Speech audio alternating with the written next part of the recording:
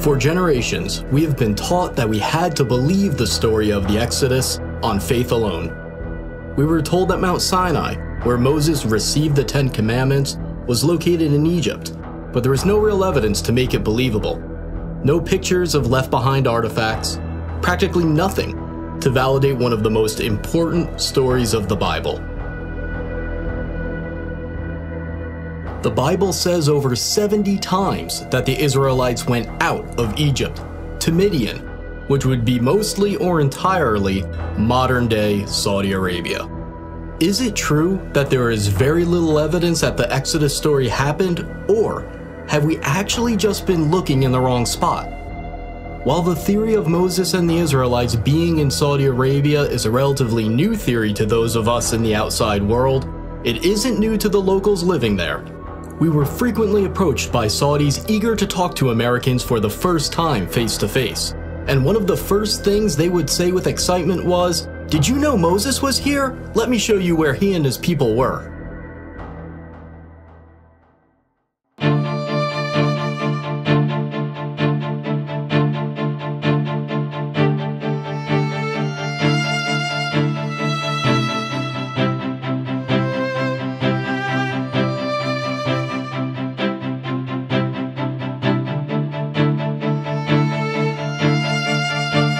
The tradition that the mountain in Egypt's Sinai Peninsula is Mount Sinai only dates back to the 4th century AD.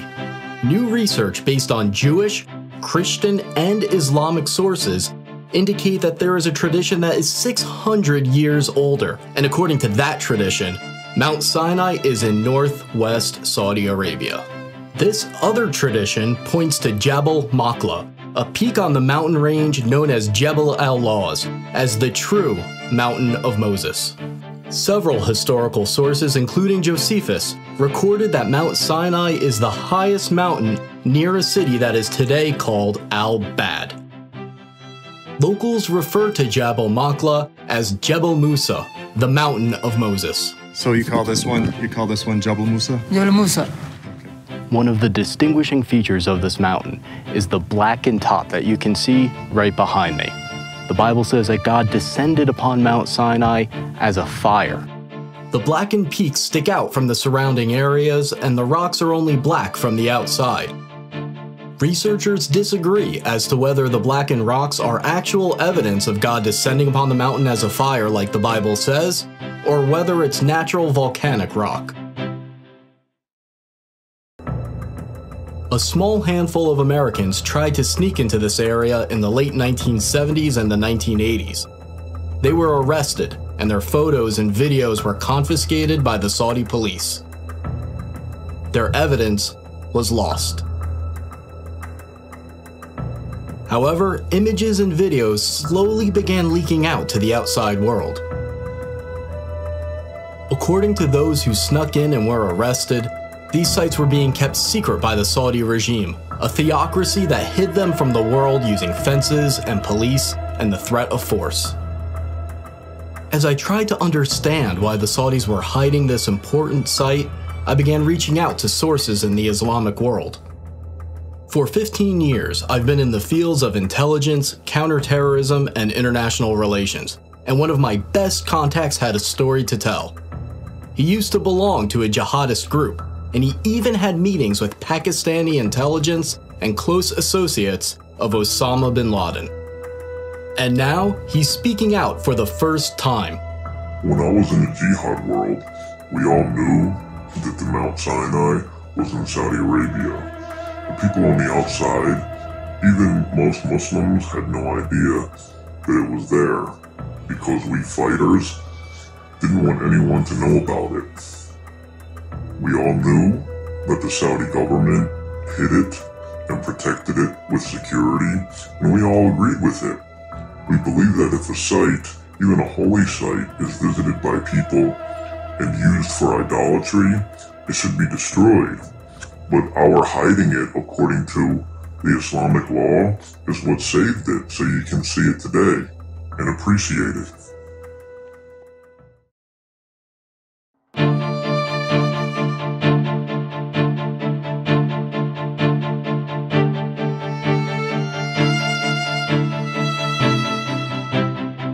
Moses flees Egypt after killing an Egyptian who he saw abusing one of the Hebrew slaves.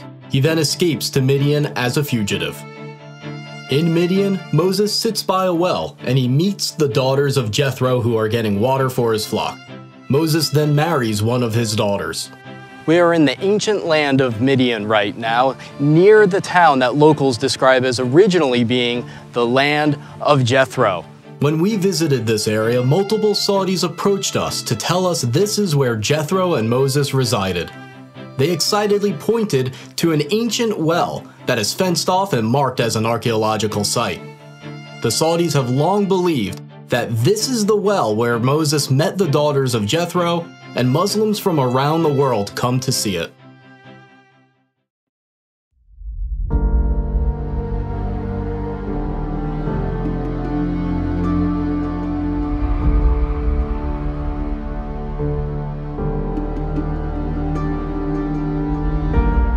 The book of Exodus says that the Red Sea crossing happened at a spot named Yam Suf, but experts have long disagreed about where it was. There are two proposed Red Sea crossing sites from Egypt into Saudi Arabia.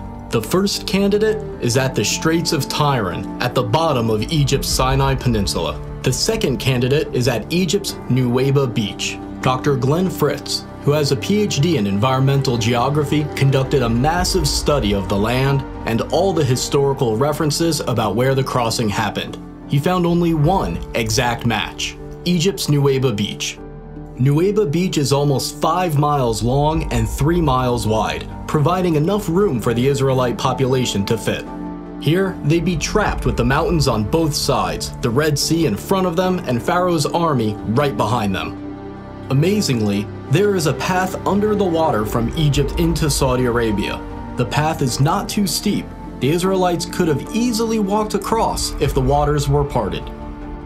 Underwater research by Dr. Leonard Moeller showed strange shapes in the coral, leading some to believe that the remains of Pharaoh's army are there. According to this theory, the coral wrapped around the debris from Pharaoh's army and retained the shape of the objects after they dissolved.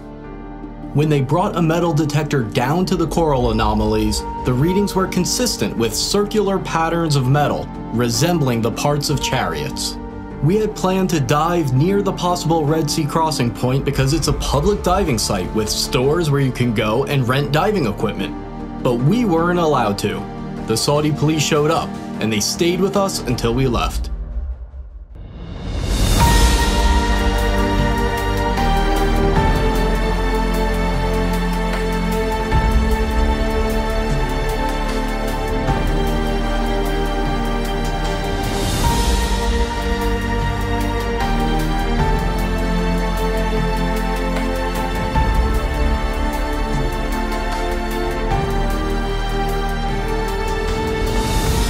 After the Red Sea crossing, Moses and the Israelites stop at a place near Mount Sinai named Elim.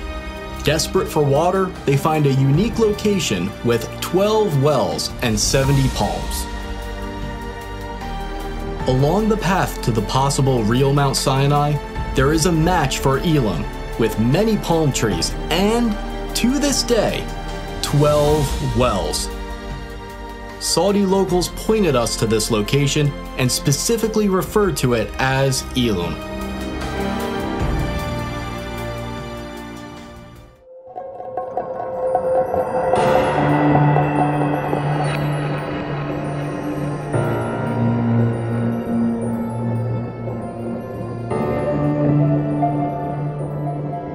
Another major event by Mount Sinai is the incident with the golden calf. While Moses is up on Mount Sinai, some of his followers begin worshiping a golden calf. They place it up on a stand and begin worshiping around it, and they set up an altar in front of it. When Moses comes down from Mount Sinai, he destroys the golden calf and sprinkles its remains into the river that comes down from the mountain. Here, in front of the mountain, we have the remains of what may have been that golden calf worship site. Now behind me, in this fenced-in archaeological site that the Saudis are protecting, you see both a stand with many petroglyphs of cows and people worshiping cows, as well as a structure that is slightly lifted that may be the altar in front of the golden calf stand. There's a sign in Arabic and English warning intruders against going into the area. The local tradition that this is where the golden calf was is so strong that if you approach it, you'll be suspected of searching for gold. According to the Bible, the worshippers of the golden calf say, "These are your gods, O Israel." This verse indicates that there are multiple depictions of bulls as the Israelites are worshiping the golden calf. On the top of the stand where the golden calf would have been placed, there is a circular indent where the rock has been worn down. It's speculated that this is where Moses grounded the golden calf into powder. After Moses destroys the golden calf, 3,000 of the golden calf worshippers are killed, so there must be a spot where thousands of people were buried. About 4 miles from this site, there's a massive ancient graveyard. It appears to be a mass burial site where the graves were dug all at once. It's located just outside the plain where the Israelites would have camped, so it's exactly where it should be if this is where that story took place. Here too, the Saudis have a sign identifying it as an archaeological site, and it's patrolled by police.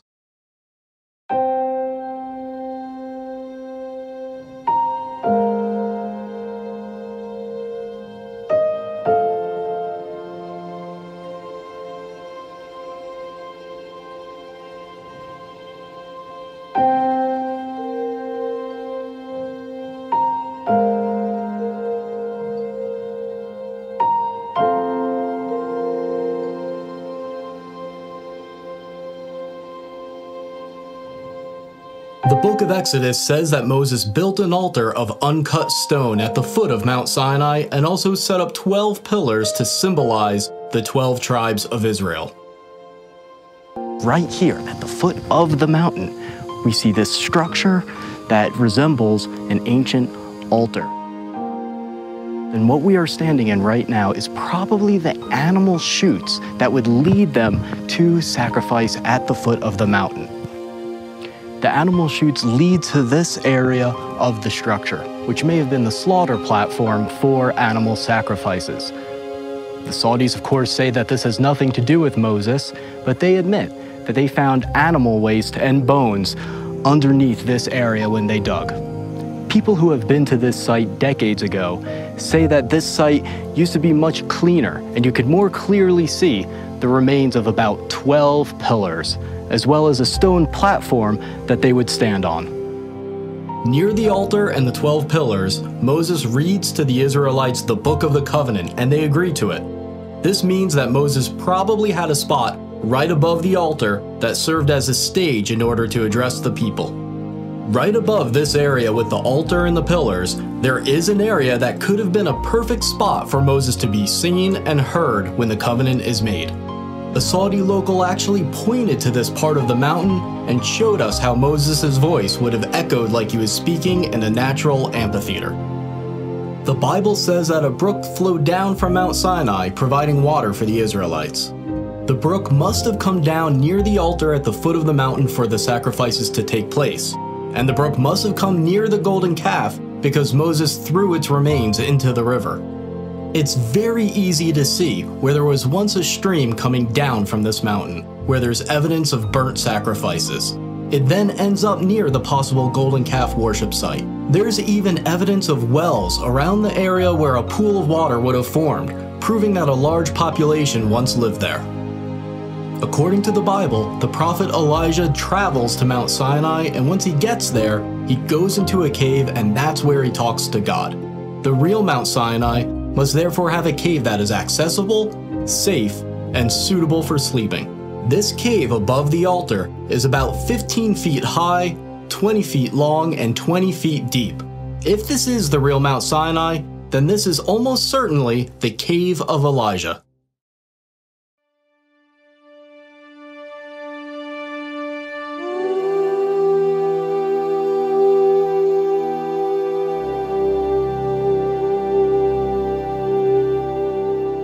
On the way to Mount Sinai, the Israelites camp where there's no water. Moses goes up to a distinct rock and strikes it with his rod, and miraculously, water pours forth for his followers. The historian Josephus said that the split rock could still be seen in his time, and it was so big that it could not have been moved. Is it possible that this split rock still remains today, testifying to the accuracy of this story? The answer is yes, and it is stunning.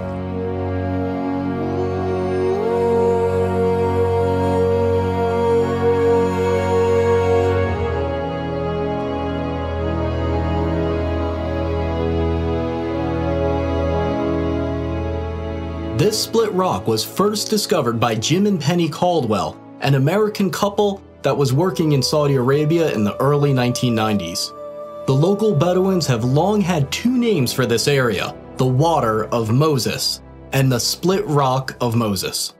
This split rock is on top of a 100-foot hill and is somewhere between 40 and 60 feet high. And what's really amazing about this specific location in the valley along the possible route to Mount Sinai is that the rocks underneath the split rock are smooth, as if tons and tons of water poured forth, forming a miniature lake at the bottom for the Israelites to drink from.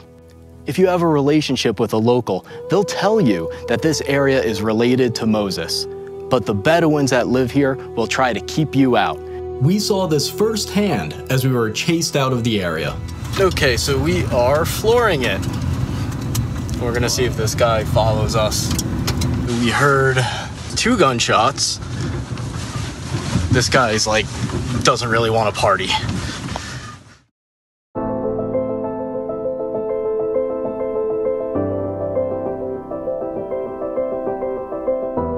The Bible says the area near the split rock where the Israelites fought the Amalekites is named Rephidim, which means place of rest.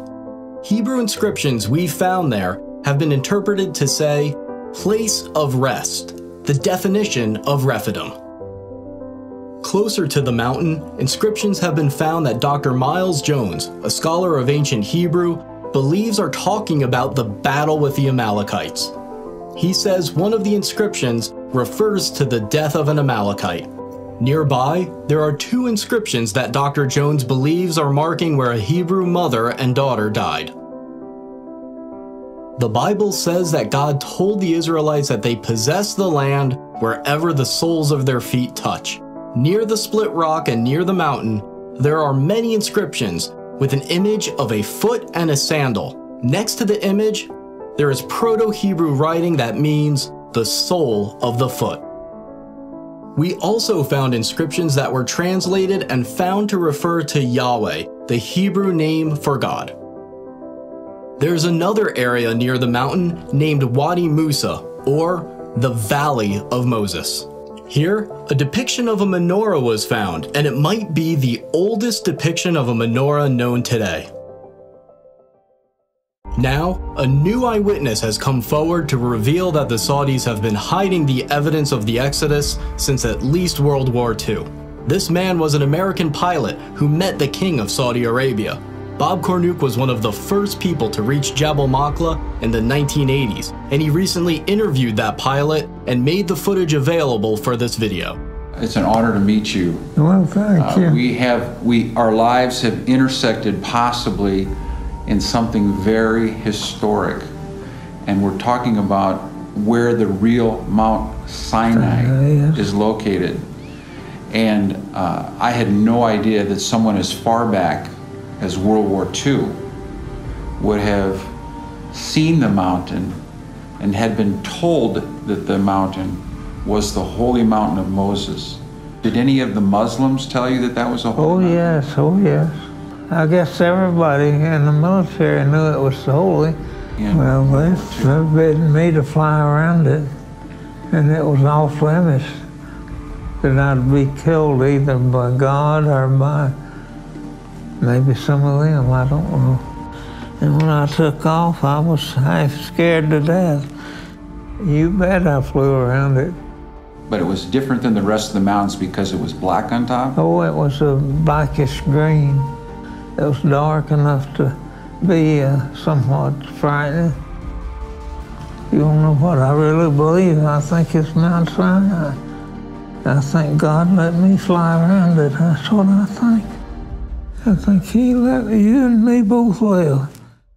Why haven't we heard about this other candidate for Mount Sinai? Why has almost the entire focus been on the traditional site despite its lack of compelling evidence. Think about how many things line up with the biblical story right here at this mountain. There's a beach and path where the Red Sea crossing could have happened, matching the biblical account. You can see how the Israelites could have camped near Elim with its 12 wells and 70 palms. Along the way to Jabal Makla, there's a split rock and area suitable for camping. There's a mountain referred to as the Mountain of Moses, with a large plain in front of it where millions of Israelites could have camped. You can see an altar of uncut stone at the foot of the mountain, where there's evidence of burnt sacrifices, right where it should be. There's evidence of bull worship, and you can see exactly how Moses would have seen the golden calf worship going on as he came down from the mountain. There's a brook that comes down from the mountain just like the Exodus story says. You can see right where the cave of Elijah might have been. All of these little details have to fit, and they fit. After I came back from the trip, people asked how I felt standing there where so few people have been able to. And the predictable feelings were easy to describe. The adrenaline, amazement, awe. But there was an emotion that was more difficult to describe. I didn't deserve to be there. I'm not someone who's given away his wealth to the poor. I'm not a scientist or a pastor. And there are still days where I feel like I have no faith at all. But then as I looked at the mountains, I remembered something. The Bible has a clear pattern where God doesn't use the best or the most expected. Even Moses was so insecure that he didn't want the job. Rather than using the most qualified, the pattern is that God uses the unexpected, the insecure, the flawed, the depressed, the doubter, the underdog. Every single person can make a difference, especially those that think they can't. As you watch this, the Saudis are constructing a super city that is planned to be 33 times the size of New York. If all of us don't take action, Saudi construction in the area may destroy key evidence and prevent excavation for the foreseeable future. To try to stop these sites from being threatened, we have set up a website and a nonprofit organization to support further research and to convince the Saudis to preserve the sites so they can be saved and investigated. We're entering a period that we have never been in before, one where this footage and other evidence of the Exodus and the Bible overall are only a click away for anyone on Earth with an internet connection. And as these sites are revealed, it will change the Middle East forever and impact the billions of people who follow Judaism, Christianity, Islam, and those with no faith at all. The world is about to change.